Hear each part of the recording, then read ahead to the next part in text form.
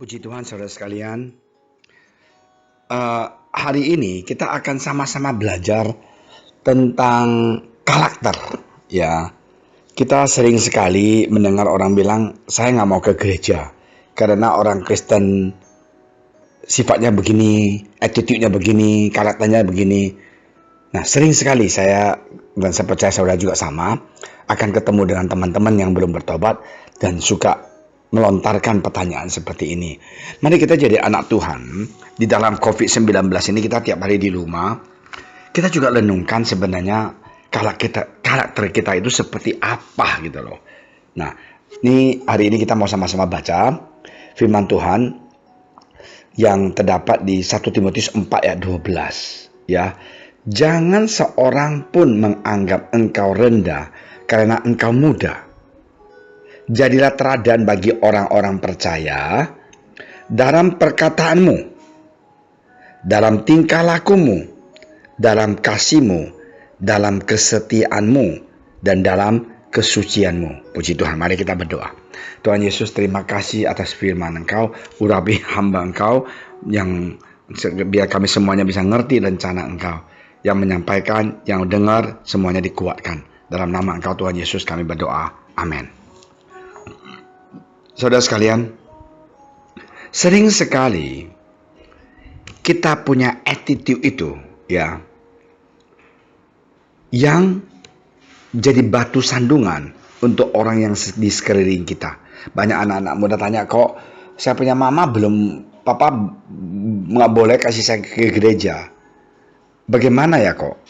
Nah, saya suka bilang, bagaimana kehidupan kamu di rumah? Attitude Anda bagaimana? Ya, saya bukan mau jelek-jelekin, tapi ini nyata. Ya, mamanya cerita, di rumah itu nggak pernah mau bantu nyapu. Pembantu pulang lebaran, ya, nggak mau bantu ngurusin aku kalau laki-laki. Minuman habis, duduk di rumah seperti anak raja. Semuanya mau dilayanin. Dan pembantu nggak ada. Mama papa juga mau libur. Tapi anak itu, ya maaf kata, attitude-nya nggak benar. Merasakan, oh ada orang tua, nggak mempunyai inisiatif membantu. Jadi, itu sih nggak benar. Nah, karena itu, jangan kiranya kita di gereja jadi pelayan. Kita jadi backup singer, kita jadi WL, jadi pemain musik, jadi kolektor, jadi multimedia. Kita melakukan itu, kita di gereja seperti malaikat. Tapi yang orang-orang lihat kita itu, waktu kita di rumah bersama orang yang gak percaya, waktu kerja di kantor, ataupun di pabrik, ataupun di toko, ataupun di mana saja, waktu kita bekerja, dan di sanalah mimbar kita. Jadi banyak orang bilang, aduh Pastor Amin, saya gak ada kesempatan untuk khotbah. Kadang-kadang orang yang mau show off, attitude-nya gak benar, maunya di depan. Maunya kalau saya bisa khotbah itu berarti saya dipakai Tuhan. Nggak tentu. Ya, hari ini kita mau introspeksi diri kita sendiri. Di mana attitude saya? Attitude itu sama dengan ability. Ya, tingkah laku kita itu sama dengan kemampuan kita. Bukan hanya kesanggupan kita yang kita baik, kita luar biasa. Kita pintar khotbah, kita pintar nyanyi, main musik. Tapi kalau attitude kita jahat dan jelek, kita jadi batu sandungan. Cara kita bicara, kita bersikap dengan orang lain. Dan kita mulai hari ini kita butuh dia, kita telepon dia 7 kali. Sesudah dibantu, 1 bulan nggak pernah mau say hello. Banyak yang manusia kayak gitu. Nah, itulah mencerminkan kita bukan manusia, kita bukan orang Kristen yang mempunyai attitude yang baik. Karena kita mempunyai motivasi di belakang itu. Ya, saya suka mengatakan bahwa ability itu can be learned. And skill can be learned, but character or attitude is the most significant, fatal bahwa kita sukses atau gagal. Kita nggak sanggup, kita bisa belajar. Kita nggak bisa, kita bisa ngeles. Tetapi kalau attitude kita, tingkah laku kita, ya kita punya ngomongan, ya kita nggak mau berubah. Nah, itulah yang paling susah.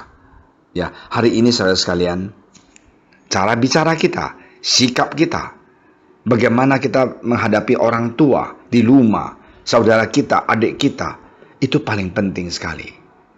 Saudara sekalian, Ada satu orang mengatakan bahwa people may hear your words, but they fail your attitude. Dengan kata lain, kamu pintar ngoceh, pintar ngajar, pintar khotbah. Tapi kalau attitude kamu jelek, habis. Saya pernah ketemu satu orang, aduh blur, pusing saya, pendeta besar. Saya terlambat jemput dia, terlambat hanya 5 menit. Saya dimarahin di mobil sama pendeta ini. Waduh, pendeta besar, khotbahnya luar biasa katanya. Ya saya pendeta, jadi saya ngomong pendeta, kamu orang gak tersinggung. Ya tapi biarin lah ya. Nah, orang ini yang baru bertobat, imannya jadi ciut. Kenapa? Karena attitude pendeta ini begitu kasar terhadap dia. Cara bicara dia, kamu gak tahu ya saya ini siapa? Saya ini pengkhotbah, saya ini pendeta yang terkemuka, dia bilang. Nah, seperti orang itu bilang, people may hear your words, very good words, but they fail your attitude because your attitude is so bad and they will never respect you. Karena kamu punya attitude begitu jelek dan orang itu malas untuk dengar kamu khotbah, malas untuk dengar kamu bicara. Saudara sekalian, marilah kita anak-anak Tuhan. Kita harus mau introspeksi diri sendiri di dalam COVID ini. Bagaimana kita bicara? Bagaimana kita punya action? Bagaimana kita punya body language? Di sini dikatakan, jadilah teladan bagi orang-orang percaya dalam perkataanmu. Perkataan kita harus mau jelas dalam tingkah lakumu. Kita nggak suka orang ini, waduh, ya kan, waduh kok boros sih. Ya udah, jangan terlalu banyak bicara. Itu kan bukan uang kamu gitu loh. Kenapa kamu operasi hidung? Kenapa matanya dioperasi? Itu kan ciptaan Tuhan. Orang itu baru bertobat, kagak ngerti. Tapi bicaranya cepat ceplos. Kenapa operasi hidung? Pesek ya? Nah, di dalam segala gitu, perkataan kita itu jadi batu sandungan. Marilah saudara sekalian, dalam kasihmu, dalam kesetiaanmu, dan dalam kesucianmu, kita jadi anak Tuhan. Kita harus mau ingat, mulut kita ini jahat.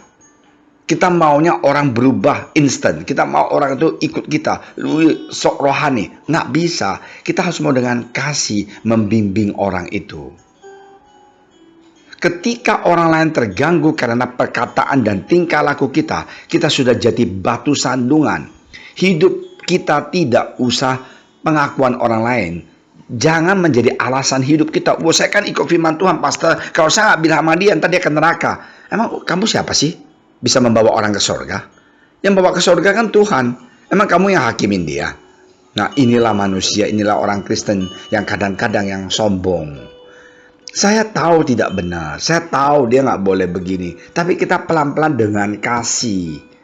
Jangan paksa orang itu ikut kita. Jangan paksa orang ikutin pandangan kita. Nah, hari ini kita harus belajar mempunyai attitude yang baik. Kalau tidak, pertama, kita bisa melemahkan orang lain.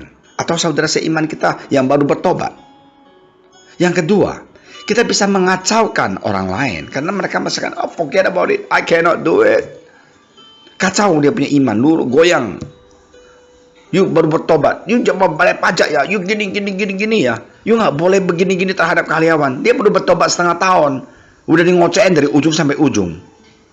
Kacau dia jadi kacau. Yang ketiga, kita kalau memang tidak sengaja, attitude kita nggak benar, kita memalukan nama Tuhan. Kenapa orang Kristen begitu kasar ya? Kenapa orang Kristen begitu galak ya? Dan jadi orang itu jauh dari Tuhan. Itu tidak benar. Saudara sekalian, marilah kita belajar. Perkataan kita, kehidupan kita, tingkah laku kita itu penuh dengan kasih sayang. Kalau kita mau berubah dan mengharap orang bisa terima kita punya pandangan, saya tahu, saya setuju, pandangan kita benar. Kita based on Bible, aku setuju. Tapi penyampaiannya itu tidak tepat. Saya pernah ketemu satu saudara, dia cerita, kenapa gak mau ke gereja? Aduh gak tahan kok. Kebetulan, ya dia baru operasi, gak tahulah mata atau apa gitu. Langsung di ngomongin sama pelayan di gereja. Orang itu tersinggung. Nggak mau ke gereja lagi. Nah, ada juga yang aneh-aneh. Dia baru bertobat. karena dia orang kaya. Dia undang penantuannya makan buffet. Besok-besok penantuannya khotbah, ngocek di mimbar. Orang nggak tahu ya, makan 1 juta satu orang buffet. Uangnya mendingan kita bantu gereja yang miskin di kampung. Itu namanya orang yang nggak punya hikmat gitu loh. Undang dia makan buffet yang 1 juta, besok harinya di mimbar ngoceh-ngoceh. Nah, itulah yang menyakitin orang. Mari saudara sekalian, kita belajar ya. Jangan seperti penantua yang tadi ya. Perkataannya begitu menyedihkan, dan orang yang duduk di bawah itu yang ngajak dia makan minggu lalu dengar begitu sedih banget gitu loh. Padahal dia sayang sama Pak penantua ini karena penantua ini ulang tahun, dia sama istri mau ngajak dia makan makanan yang enak. Tapi sesudah diundang makan, ngoceh-ngoceh di mimbar. Saudara sekalian, kadang-kadang level orang hidup itu beda. Ada yang biasa dia karena dia orang yang mempunyai uang, dan pola hidup dia itu ya begitu. Kalau memang ulang tahun, orang yang dia hormati, orang yang dia cintai, dia memberikan the best gitu loh, dan dia undang makan mahal sekali dan enak sekali. Tapi kita yang biasa-biasa merasakan it's too much gitu loh, terlalu banyak, terlalu boros gitu. Jangan kita mengukur dengan ukuran kita. Orang itu mau memberkati penantua ini, tapi attitude dia, perkataan dia, sifat tingkah laku dia itu menyakiti orang lain. Nah, itu tidak benar. Ya, puji Tuhan saudara sekalian, saya membawakan contoh-contoh yang pendeta dan penantua.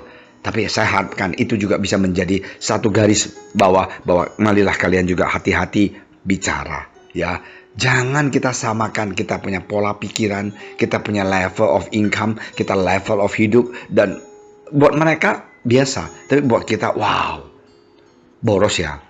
Kan sekali-kali gitu loh, ya bukan tiap kali gitu loh.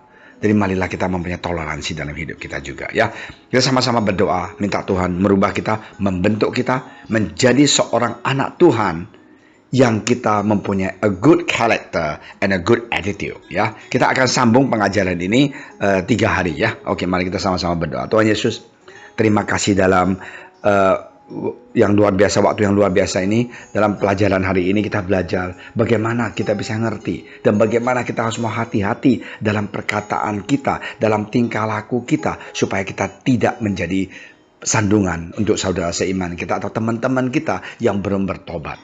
Pakailah kami Tuhan, berkatilah kami. Dalam nama Engkau Tuhan Yesus, kami serahkan bangsa dan negara kami tangan Engkau. Hidupku,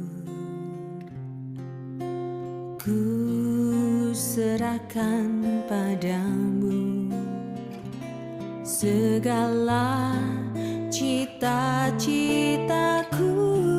masa depanku menjadi milikmu. Jadikan kami terangmu di tengah kegelapan dunia, membawa bangsa